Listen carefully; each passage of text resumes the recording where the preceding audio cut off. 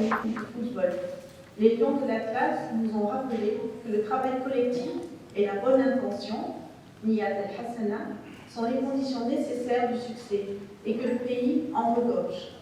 Et leur victoire ont fait du Maroc le porte-étendard du continent africain et du monde arabe.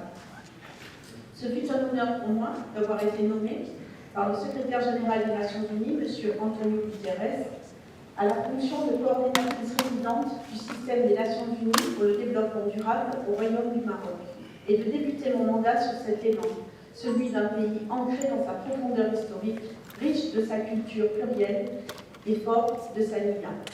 Le cadre de coopération pour le développement durable que l'on signe aujourd'hui est un outil, et cet outil a une ambition, celle d'appuyer les efforts du Maroc pour atteindre les objectifs de développement durable à l'horizon 2030. L'atteinte des objectifs du développement durable n'est pas un vain mot à l'heure où notre monde traverse une succession de crises existentielles qui ne connaissent pas de frontières et dont les effets se font sentir au sein de chaque société, notamment parmi les plus vulnérables d'entre nous. Notre monde est celui d'une crise climatique majeure, dont les populations subissent de plein fouet les effets disproportionnés de la sécheresse chronique à d'autres événements climatiques extrêmes. Notre monde est aussi celui d'une interdépendance globale, où l'augmentation des prix de l'énergie et des denrées alimentaires menace les conditions de vie de centaines de millions d'êtres humains. Notre monde est celui d'une remise en question croissante des principes édictés par la Charte des Nations Unies ainsi que par la Déclaration universelle des droits de l'homme et du citoyen qui fondent le droit international. Pourtant, la réponse à ces crises existentielles ne peut être conçue en dehors d'une action collective et inclusive au sein des pays et dans la coopération entre les pays. Le document que nous signons aujourd'hui représente la déclinaison nationale de cette ambition. Le cadre de coopération a été élaboré, comme vous l'avez dit, Monsieur le Ministre, au terme d'échanges entre les parties prenantes nationales et le système des Nations Unies durant les années 2021 et 2022.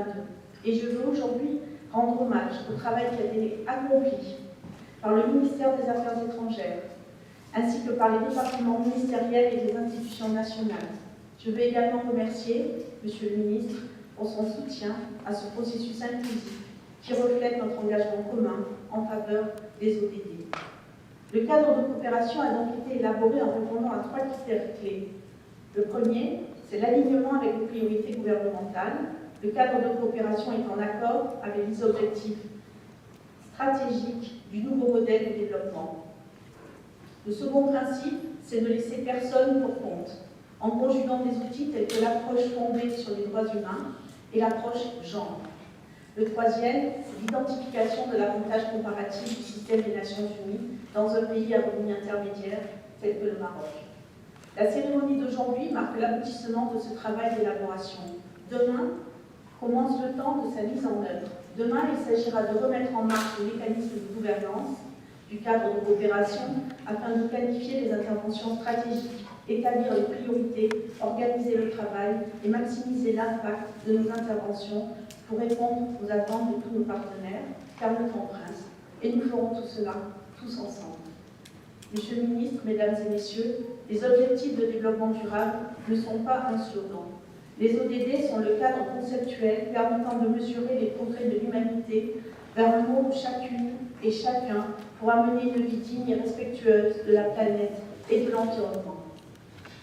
Éliminer les maladies infectieuses ciblant les enfants n'est pas un slogan. Le Maroc en a fait une réalité avec un taux de vaccination de 95%, aussi bien en milieu urbain qu'en milieu rural.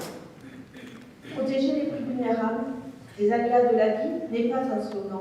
Le Maroc est en train de mettre en œuvre la généralisation de la protection sociale ainsi que la couverture médicale universelle qui couvre aujourd'hui plus de 70% de sa population. Diminuer les émissions de gaz à effet de serre et décarboner l'économie n'est pas un slogan.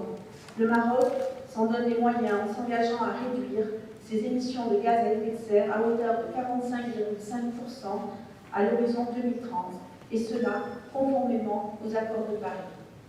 Le monde et le Maroc n'ont pas perdu de temps. Le monde et le Maroc n'ont pas de temps à perdre pour répondre à ces défis. pour un pays riche de ses ressources humaines et porté par le leadership visionnaire de Sa Majesté le Roi, la valeur ajoutée de l'ONU, c'est d'abord sa capacité de rassemblement. Tant de pays à travers le monde sont confrontés à des défis similaires et gagnent à les traiter par la coopération et le partenariat. Les Nations Unies sont la plateforme par excellence de ces rencontres, d'échanges et de diffusion des meilleures pratiques. Cette capacité de rassemblement, de diffusion et d'échange est une ressource pour le Maroc, tant pour améliorer sa trajectoire que pour mettre en valeur ses propres réussites et partager son expérience et son expertise dans la région et au-delà. En septembre 2023, en marge de l'Assemblée générale des Nations Unies, les chefs d'État et de gouvernement se réuniront à New York pour suivre et examiner la mise en œuvre à mi-parcours du programme 2030 des 17 objectifs de développement durable. Ce sera également l'occasion de faire le point sur la mise en œuvre de la réforme des Nations Unies, que vous l'avez rappelé, Monsieur le Ministre, le Maroc a soutenu, et je l'en remercie, et dont le Maroc a été le premier contributeur parmi les États africains à travers le Fonds fiduciaire à vocation spéciale. Ce sera l'occasion pour le Royaume d'apporter sa contribution à la discussion globale sur la réponse aux crises multiples et imbriquées auxquelles le monde est aujourd'hui confronté. Ce rendez-vous sera à mi-parcours. Il nous reste 7 ans pour faire de la vision portée par les ODD une réalité. Je suis convaincue que le Maroc, par l'engagement de son gouvernement, la vivacité de sa société civile, le dynamisme de son secteur privé et la NIA des Marocaines et des Marocains, sera au rendez-vous de l'agenda 2030 et que le système des Nations Unies est là pour l'y accompagner. Merci pour votre confiance et pour votre attention.